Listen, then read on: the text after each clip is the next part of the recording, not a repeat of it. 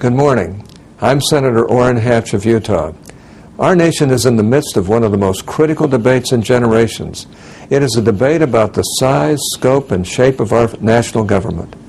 It's a debate over whether we act responsibly so our children and grandchildren aren't left carrying the burden of unsustainable debt.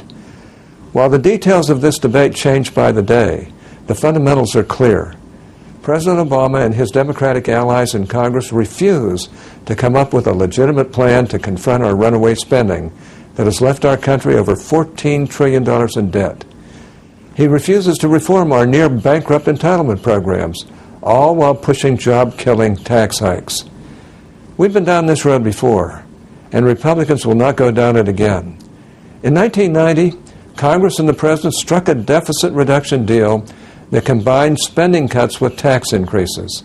Unfortunately, while the tax hikes remained, the spending restraint did not, and our debt has only marched higher. The solution to a spending crisis is not tax increases, yet Washington has consistently demonstrated that it cannot control its urge to spend. That is why the only long-term solution is a balanced budget amendment to the Constitution. Only by restoring constitutional restraints on the ability of Congress to spend can we constrain the growth of the federal government. Think of how different our fiscal picture would be if we'd passed one in 1997.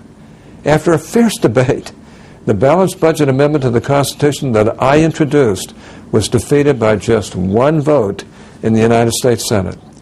Instead of sending that amendment to the states for ratification and addressing the need for fiscal balance, 14 years later, our nation faces a debt crisis of epic proportions.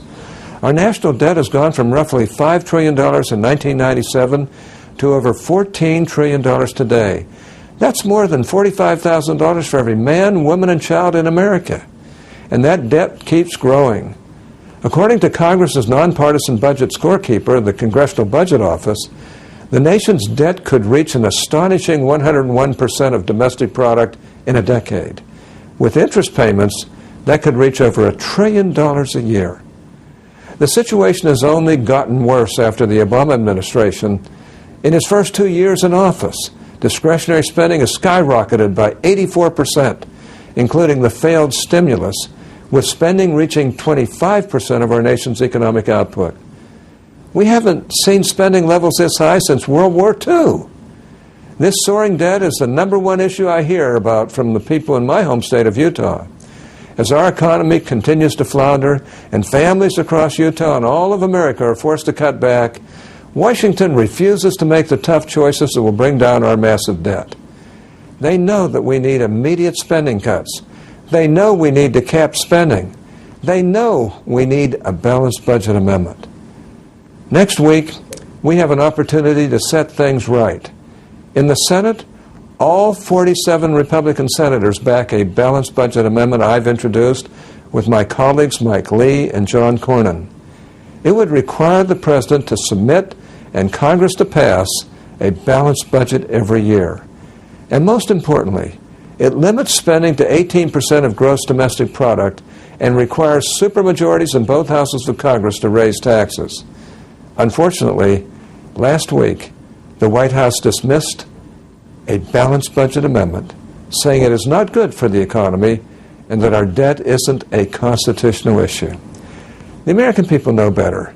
A balanced budget amendment is essential for our economy, and our debt is definitely a constitutional issue. After all, the Constitution belongs to the people who determine what is a constitutional issue, not the White House.